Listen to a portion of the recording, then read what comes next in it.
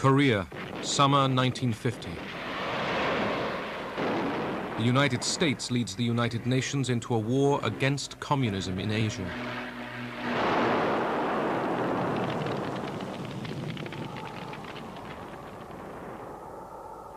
In winter, under attack from the Chinese communists, the UN troops are thrown into full-scale retreat. It was a route exactly like the one that Napoleon faced leaving Russia.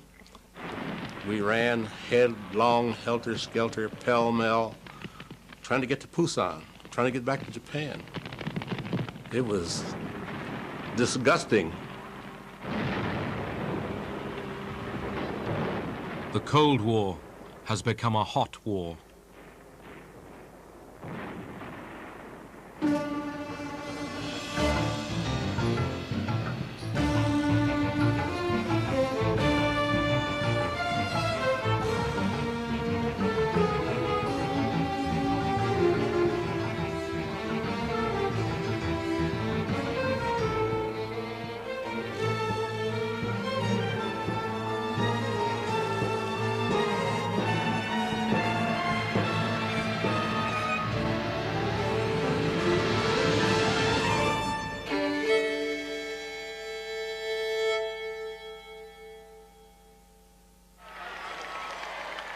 August 1945.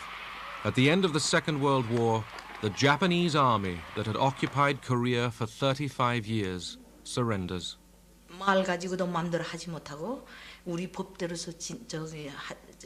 During the Japanese occupation, they forced us to follow the Japanese lifestyle, speak the Japanese language, use Japanese law.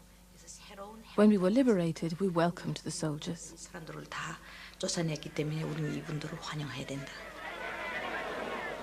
Russian and American troops liberated Korea, meeting together just as they had in Germany. As occupying powers, the Soviet Union and the United States agreed to divide Korea along the 38th parallel as a temporary measure. South of the divide, the Americans were in control. We made the Republic of Korea, really. Between the Pentagon and the State Department. American generals installed a hard-line anti-communist, Syngman Rhee. His charm is somewhat deceptive because he's also very tough. He's absolutely unforgiving, very patriotic. And he's not nearly as sweet as he looks. Rhee was appointed as first president of the new Republic of Korea in 1948. American troops withdrew. North of the 38th parallel, the Russians were in control. They established a communist regime through a network of people's committees. Kim Il-sung, who had spent the war in the Soviet Union, was groomed for power.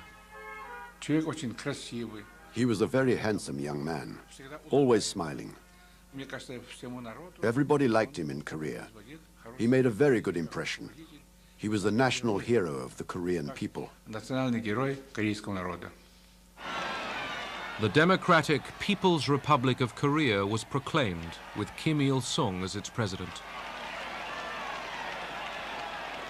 As Soviet troops withdrew, Kim dreamed of uniting Korea under communism. Kim Il-sung understood that to resolve the problem of unifying the two Koreas was very difficult, that he would need help. Of course, the help he was hoping to get would come from the Soviet Union.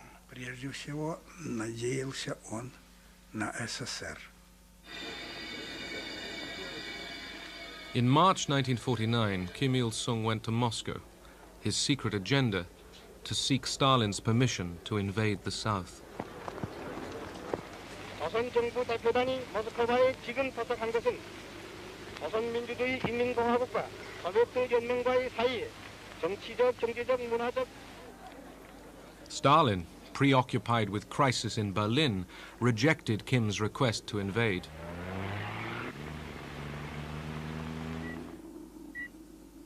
By the end of 1949, the international situation had been transformed.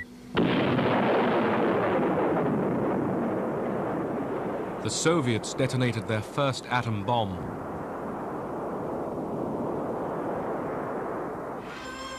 And the communist revolution in China was finally successful. Mao Zedong proclaimed the People's Republic of China. A treaty of friendship between Mao and Stalin created a communist global alliance, opening a second front of the Cold War in Asia. Stalin was now confident that the United States lacked the will to respond to events in Asia.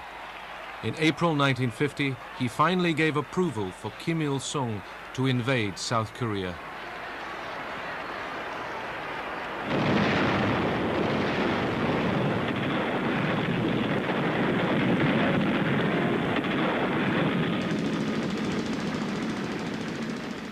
June 25th, 1950, the North Korean army launches its surprise assault on the south.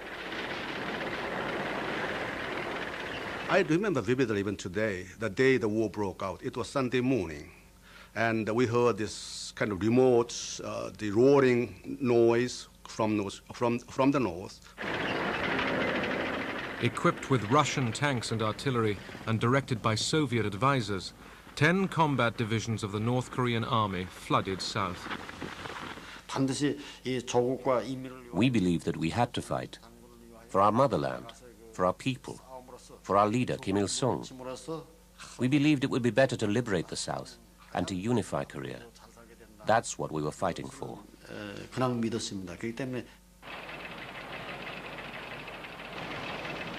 Sunday morning in Korea, Saturday evening in Washington.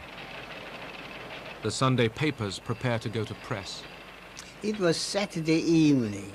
I got a telephone call from the UP duty officer saying that Korea had been invaded by North Koreans. And momentarily the remark stunned me so much, and I didn't know what to say. Whether he was joking with me or whether he was really sure. Senior officials were recalled that night to the State Department. When the invasion occurred of South Korea, I think there was an immediate sense that action had to be taken. Exactly what that action was to be and how far it was to go, it was not something we had planned on. We had not worked out of a contingency plan for a war started by North Korea with South Korea.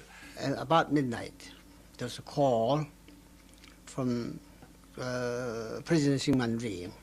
I took the receiver and I said, please ask American government to rush necessary help.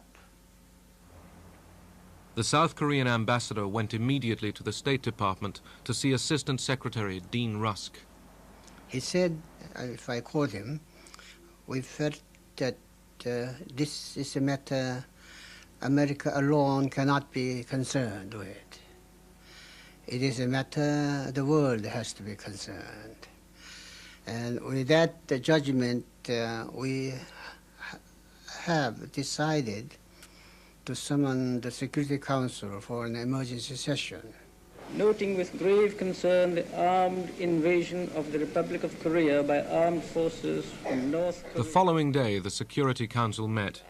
Moscow was boycotting the United Nations because of its refusal to admit communist China. Those in favor will please raise their hand. The United States seized the opportunity to condemn North Korean aggression. Carried by 9 votes for, 1 against, and 1 abstention. 2 days later, the Security Council voted to create a United Nations military force to defend South Korea. This is, in fact, an attack on the United Nations itself. Under the UN flag, soldiers from 16 nations would fight against communism. We were elated. We felt very, very good, very encouraged. We felt, first of all, we felt that probably Korean unification was to come about as a result of the resolution itself. President Truman addressed the nation. Korea is a small country, thousands of miles away. But what is happening there is important to every American. The fact that communist forces have invaded Korea is a warning that there may be similar acts of aggression in other parts of the world. The feeling at that time was that a military operation of this magnitude could not possibly have been taken without the support of the Russian military. In other words, it was concluded right at the beginning that this was a movement, this was something happening in the context of the Cold War.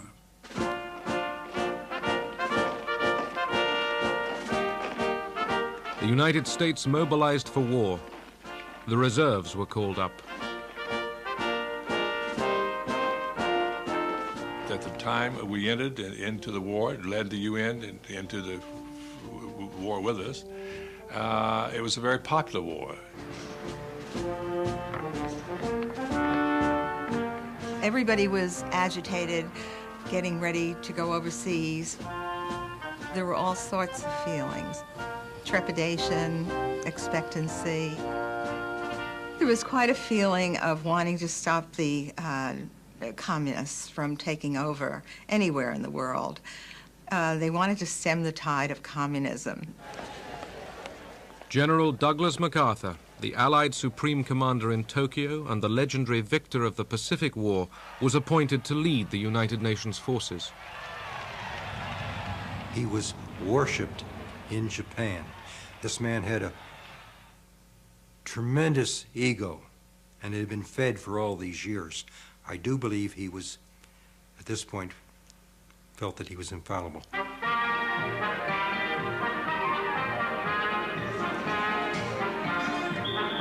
The nearest troops to Korea were the American occupation force in Japan, few of whom were ready for combat.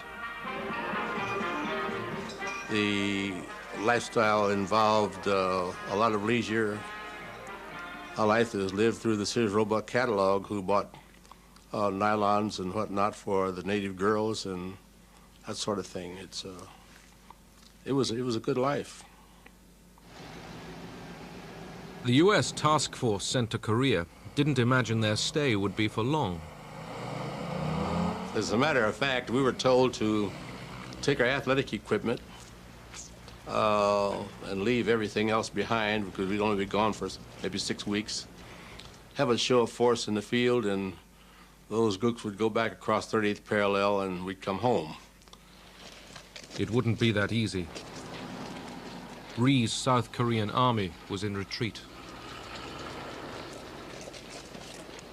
2 divisions threw their weapons away and joined the refugees fleeing the communist advance.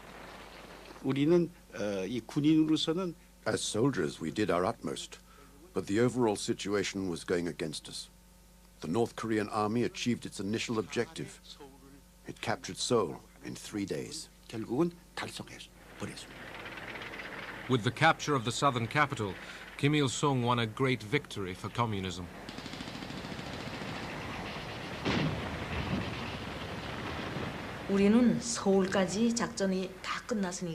When we got to Seoul, the army told us the campaign was finished.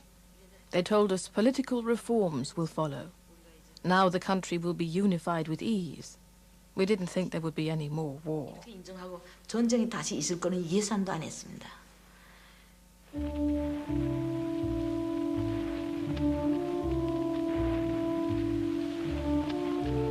American troops fared no better than the South Koreans. With no effective anti-tank weapons, the American line collapsed.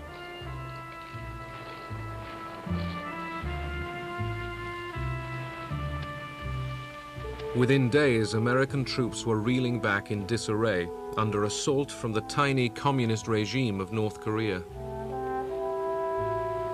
We had equipment left over from World War II.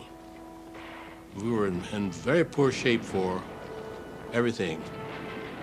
We were not ready to fight a war. That's what it amounts to. That's the long and short of it. Around the world, America's allies rallied behind the United Nations flag. The British Prime Minister pledged his support. If the United Nations organization was not to go the way of the old League of Nations, it was absolutely and imperatively necessary that a halt should be called. Troops from 15 nations began to arrive in Korea to join the Americans in the UN Army. General MacArthur took a gamble to turn the tide of the war. With the UN forces driven back to a tiny enclave at Pusan, a vast seaborne invasion 150 miles behind enemy lines would attempt to sever and then roll back the North Korean advance.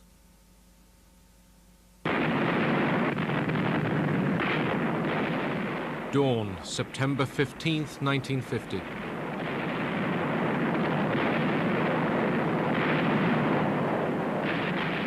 The largest invasion fleet since the Second World War bombards the port of Incheon.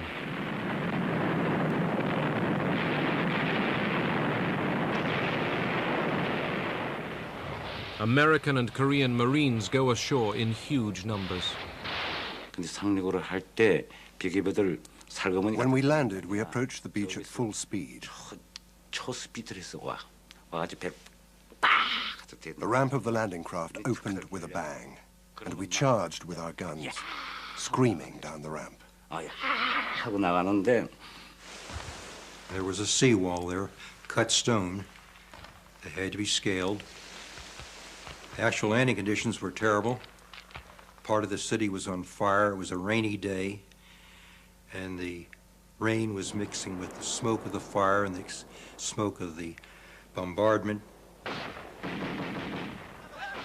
If those beaches had been defended by Japanese or German troops of the same quality as the Germans and Japanese were in World War II, we would have been lucky to get ashore, and we might not have been quite so lucky once we got ashore. Within 2 weeks, UN troops were engaged in a fierce battle to recapture the southern capital, Seoul. 50,000 civilians were killed in the crossfire. My house was located in a hillside, and there was a crossfire between the UN forces and the North Korean People's Army on the northern side. Finally, my father told us that it would be better that how our family split up. At least somebody will have to survive this war.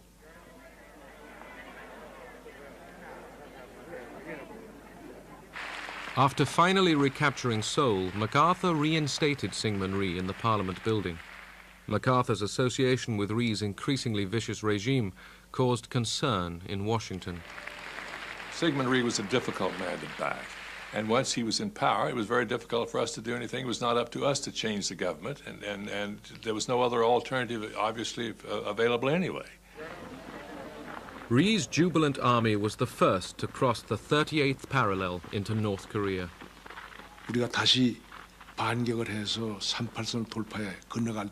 When we counterattacked across the 38th parallel, every one of us, soldiers and people, thought now the drive was on to unify the whole Korean peninsula. 통일이 되는 하나의 결정적인 계기가 왔다. 이렇게 생각을 했습니다. The UN troops, too, advanced into North Korea. MacArthur's war aim now appeared to be hot pursuit of the invader. I thought we'd won the war. I shouldn't laugh at this point, but I have to. I really thought we had won the war, and I think that was a general feeling. And we went north with high hopes. The giant Yalu River marks the boundary between North Korea and China. Across this border, the Chinese leadership followed the war with alarm. They feared the American army in North Korea would invade the Chinese mainland. 完了以后的时候， If North Korea was defeated, only the Yalu River would separate us from the Americans. We couldn't accept this, nor the risk of American aircraft disrupting the reconstruction of our country.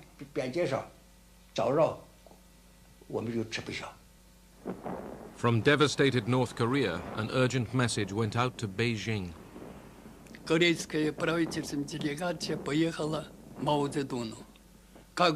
A government delegation was sent to Mao Zedong. What can we do, they asked. We can't retreat. They're attacking us from the air, from the sea, and by land. There's very little of the North Korean army left. Many have died. What can we do now?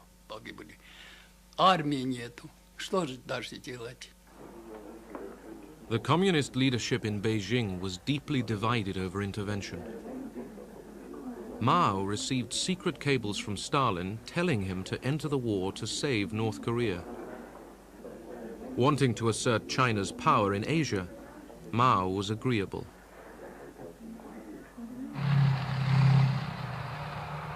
Meanwhile, the UN and South Korean armies continued the race north.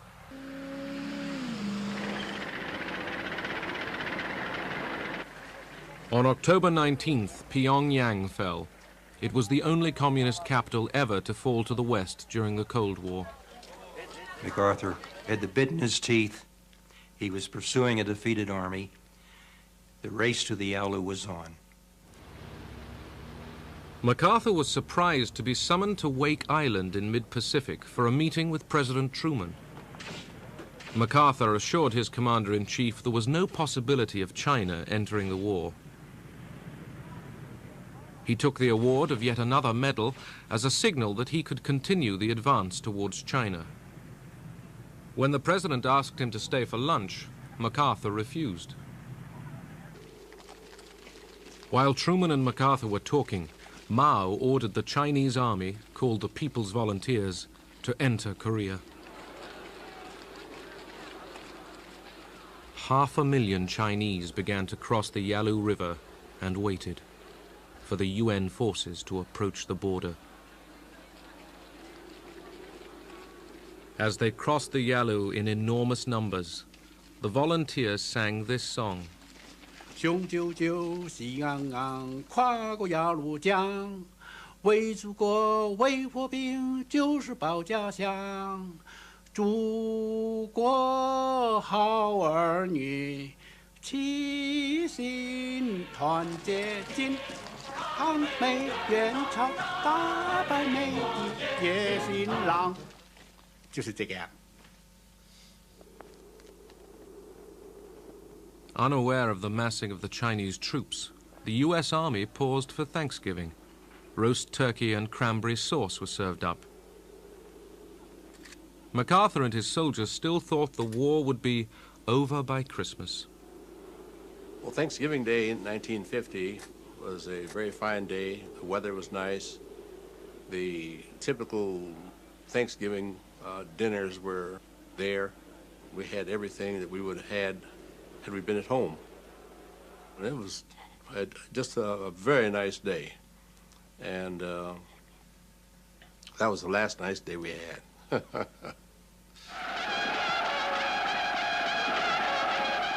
Next morning, 300,000 Chinese attacked.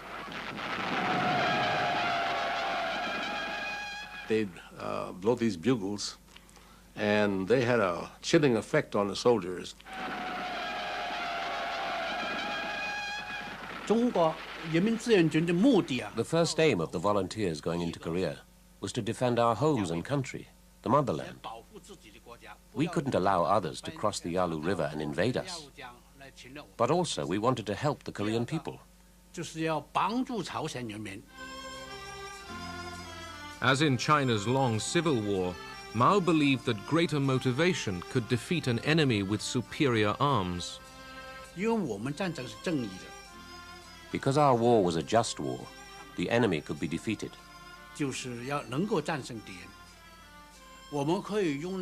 Our bravery and our strategy developed during the years of the liberation struggle, would help defeat the enemy. 可以把敌人打退的。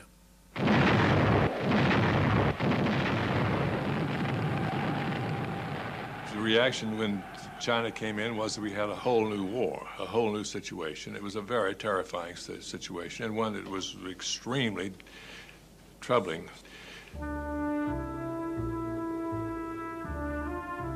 In the next swing of this seesaw war, UN forces across North Korea were thrown back, abandoning vehicles and equipment.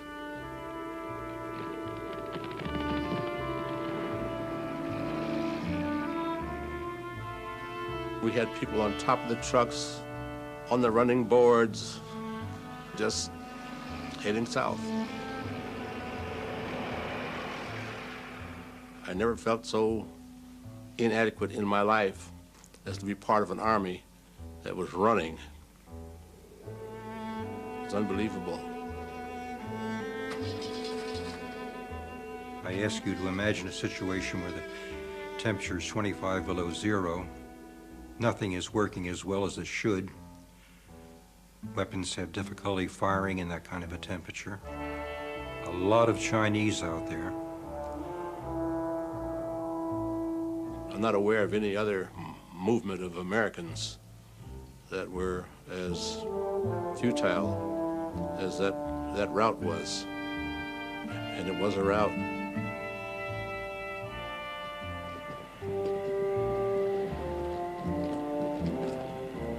American soldiers called it bug-out fever. We are fighting in Korea for our own national security and survival. We have committed ourselves to the cause of a just and peaceful world order through the United Nations. We stand by that commitment. At a Washington press conference, journalists repeatedly pressed Truman on the possible use of the atom bomb. It went on and on and on, just like that. The president not being able to shut this thing off. And until people began to think that maybe we were going to use the atomic bomb. The bulletins about the president's press conference went around the world immediately. And that caused incredible alarm. British Prime Minister Clement Attlee was sufficiently alarmed to fly to Washington for crisis talks. My aim in these talks is to align our policies in the new and troubled situation in the world and to find the means of upholding what we both know to be right. Next day, Truman assured Attlee that there were no plans to use atomic weapons. I think the Americans understood it would be tit for tat. If they use it, we will use it. We had an agreement with the Chinese. That's why they didn't use the atomic bomb.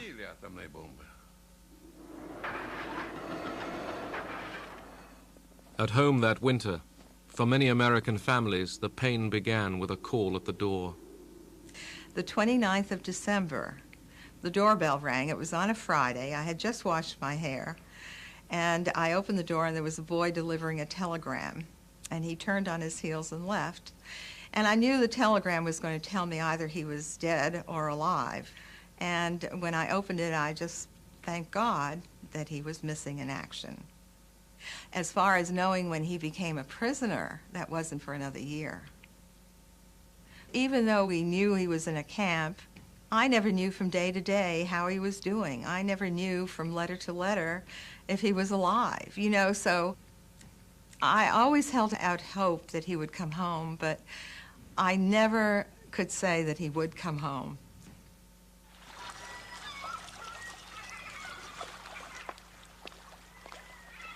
Retreating UN soldiers adopted a scorched earth policy.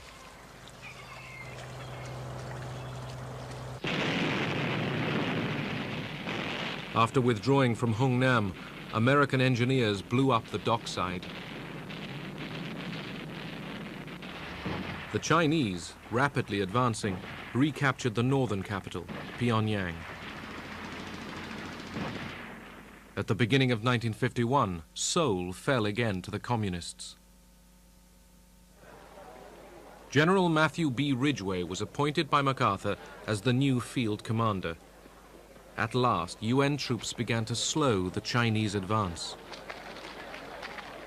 The defeatism and the bug-out fever and so forth that had afflicted the 8th Army before was eradicated. From the beginning, the United States enjoyed air supremacy.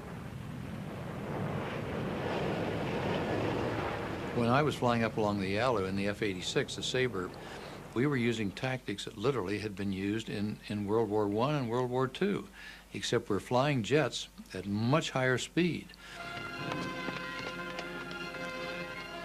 When Russian MiG-15 fighters with well-trained Russian pilots were sent to the war zone, they posed a challenge to American supremacy. Мы имели задачу туда ехать. Our mission was to go there to train pilots. Для обучения. But later we ended up as participants in the Korean War. Оказались участниками этой Корейской войны. The presence of Russian pilots risked bringing the Soviet Union into direct conflict with the United States. Наше руководство, и государственное, так и военное. Our government and the military demanded complete secrecy. Нас обязывали, как можно. We must never let the enemy know they were fighting Russians. Чтоб наш противник не понял, что воюет против них русские.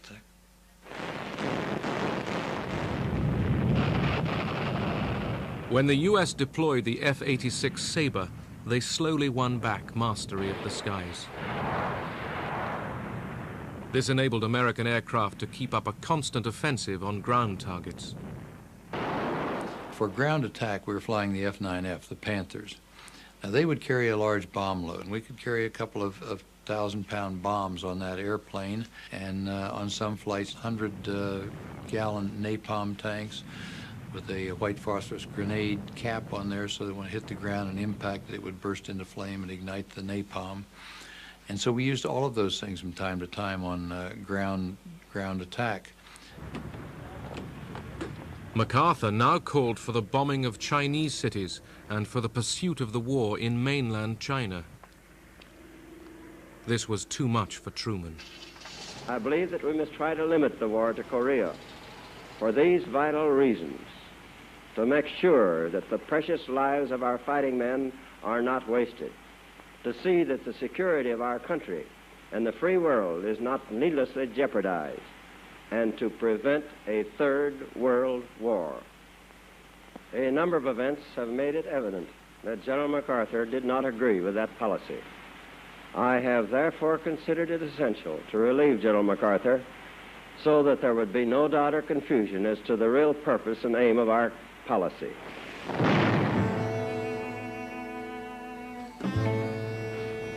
By the summer of 1951, the two sides had fought themselves to a stalemate in the hills of Korea, almost at the point at which the fighting had begun a year earlier. Every month brought another 2,500 UN casualties.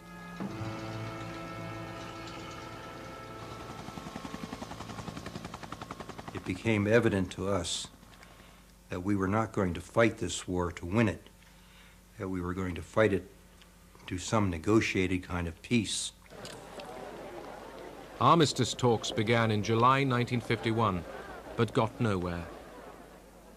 Both sides found the other's attitude impossible. 이 공산주의자들하고 교섭이라는 건 굉장히 어렵습니다. 그 사람들 Negotiation with the communists was very difficult. They treated the negotiations like a battlefield tactic, something to buy time. 그 사람들은 시간 버는 것도 있고요. One of the main stumbling blocks at the truce talks was the fate of the prisoners of war.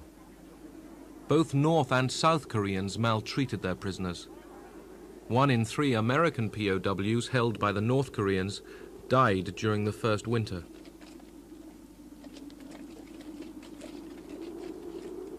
A lot of them were lost to dysentery, diarrhea, severe beatings, malnutrition, Some of them were, stragglers. They were just beat with rifle bullets till they died, or bayoneted, or you either kept up or you died. It was that simple. Concerned by the numbers dying, the Chinese took over control of the prisoners. They organized daily lectures to indoctrinate them.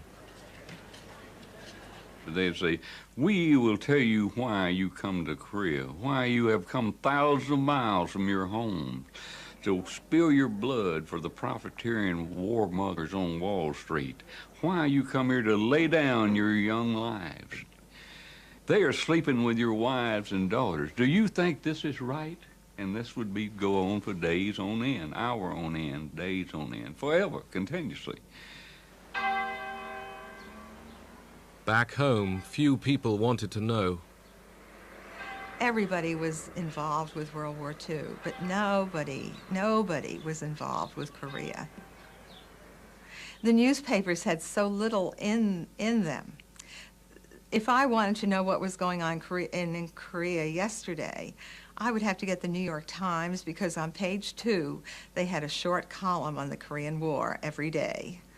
But most of the other papers didn't, and you would only see headlines when there was a skirmish or if some hill had been lost or won, So there wasn't that interest. There really wasn't. And it wasn't like Vietnam where you ate dinner and watched television and saw the latest battle. There wasn't anything like that. In Japan, the Korean War galvanized the economy, generating $3.5 billion of spending. Japan, the ex-enemy, now became a bastion of capitalism in the struggle with communism in Asia. Japan became the jumping-off place for the Korean War. The dockyards and shipyards were used to rebuild, recondition the ships. Japanese electronics, which are probably now the top of the world, really got their start in the Korean War. In South Korea, the UN held 130,000 communist prisoners.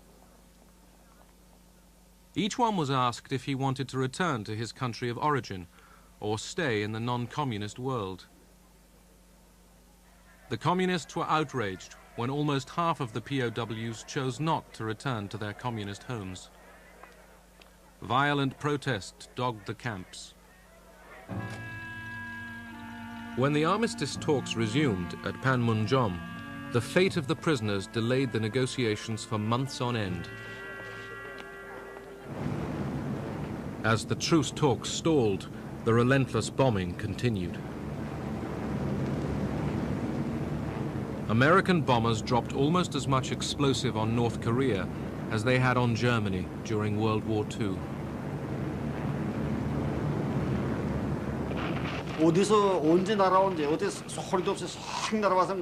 The bombers came without warning. Too many people died because of the bombing. You found dead people everywhere. There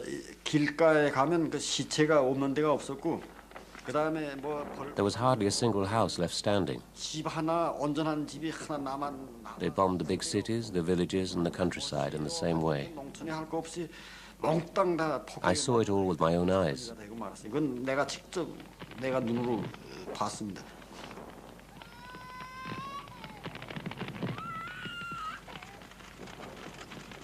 Estimates suggest that in the north, as many as 2 million civilians were killed.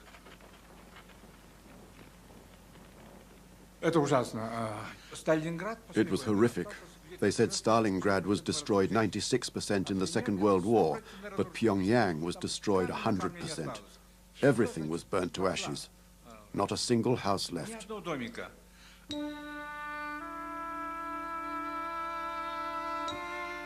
Throughout the war, both sides committed horrible atrocities. Northerners killed Southerners accused of sympathizing with the enemy. Rhee's supporters massacred those suspected of being communists. In seemingly endless violence, innocent civilians were often the victims.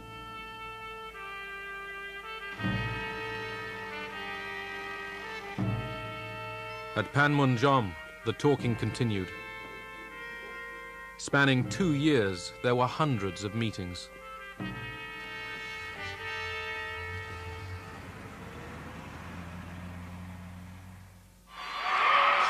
(1952), election year in America. 2 years into the war, Truman decided not to run for the Democrats. The Republicans chose Dwight D. Eisenhower. His slogan, "I shall go to Korea." A lot of us were disenchanted with President Truman. I somehow blamed him for the war. So when the elections came up in 1952, I couldn't wait to vote for Eisenhower. I felt, being a military man, and his pledge was that he would see what he could do to end that war, that he was the man I wanted in office. Eisenhower defeated the Democrats in a landslide victory. There were changes in the East also. In March 1953, the communist world mourned the death of Stalin. Stalin had kept the war going. His successors wanted to end it.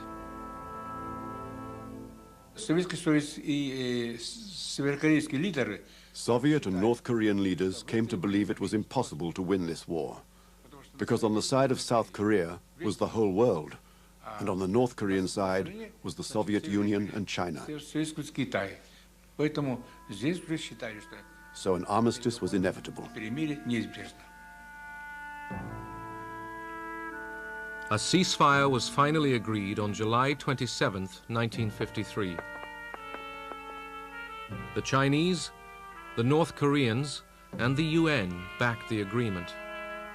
The South Korean president, Syngman Rhee, opposed the truce and refused to sign. The massive job of exchanging prisoners of war began. 75,000 communist prisoners were handed over. 12,000 United Nations POWs were also set free. There's no words to describe how elated I was and my friends as we come across the line. It felt like tons had been lifted from your back. It felt like for the last 2.5 years I'd been carrying an enormous amount of weight, I mean tons. And all at once I could breathe, I was light, I was free. Freedom's something you can't describe. Bernie Gehling also went home. Florence was there to meet him. I'd only known him 6 months. We were only married 6 days. This young man who left with blonde, wavy hair came back with brown, straight hair, thinned. And he was gaunt. I mean, he no longer had the facial structure that he had when he left. This man that I had waited for 33 months.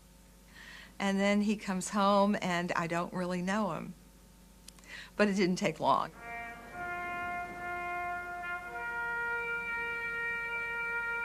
"54,000 Americans didn't go home.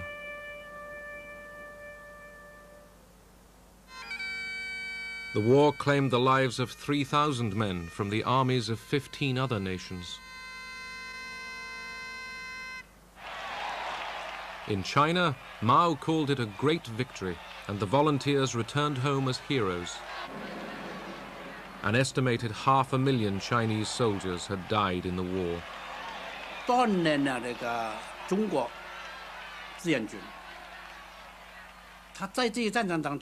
The volunteers demonstrated to the rest of the world that the Chinese were no longer the Chinese of the past.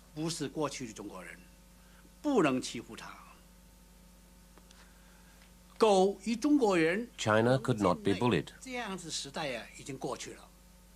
China was no longer the lame dog of Asia.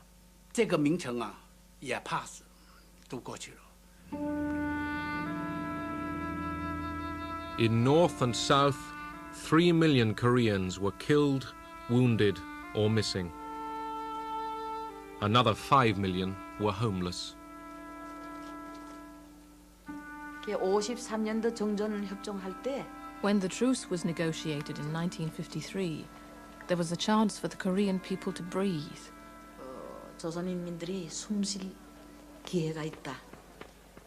But there is no real victory in war. It kills so many people and destroys so much.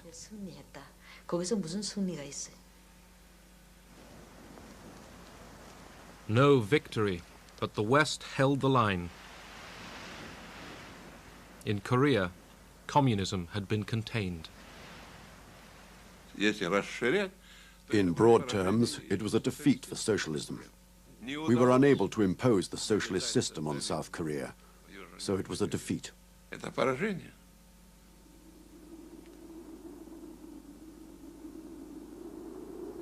40 years later, at the end of the Cold War, Korea was still divided by the same line.